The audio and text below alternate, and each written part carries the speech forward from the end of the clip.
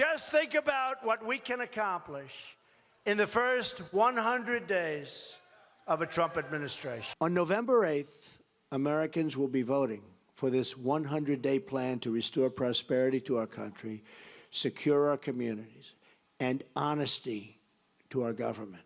I proposed a contract with the American voter. It's a set of promises for what I'll do in my first 100 days. You're going to have such great health care at a tiny fraction of the cost, and it's going to be so easy. Nobody knew that health care could be so complicated. We have a president that can't get anything done, so he just keeps signing executive orders. And he goes around signing all these executive orders. It's a basic disaster. You can't do it. I want to not use too many executive orders, folks. Because, executive orders sort of came about more recently. Nobody ever heard of an executive order.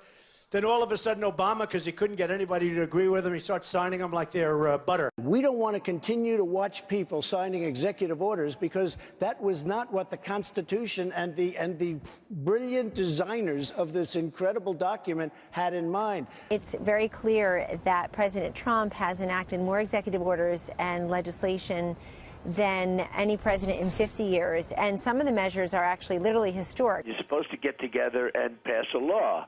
He doesn't want to do that because it's too much work. So he doesn't want to work too hard. He wants to go back and play golf. Because I'm going to be working for you. I'm not going to have time to go play golf, and believe me. Obama ought to get off the golf course and get down there.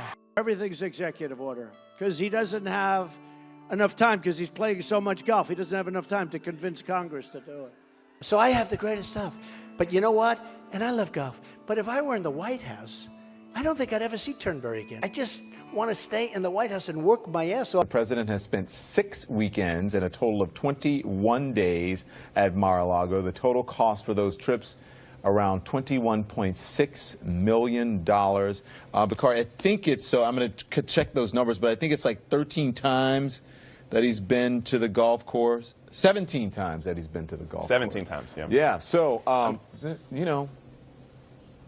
So, just for pure numbers' sake, in the first 81 days of office, Barack Obama went to the golf course 0 times. In the first 81 days of office, Donald Trump has been 17 times. Candidate, you put out a 100-day plan. Do you feel like you should be held accountable to that plan? And he answered, somebody put out the concept of a 100-day plan.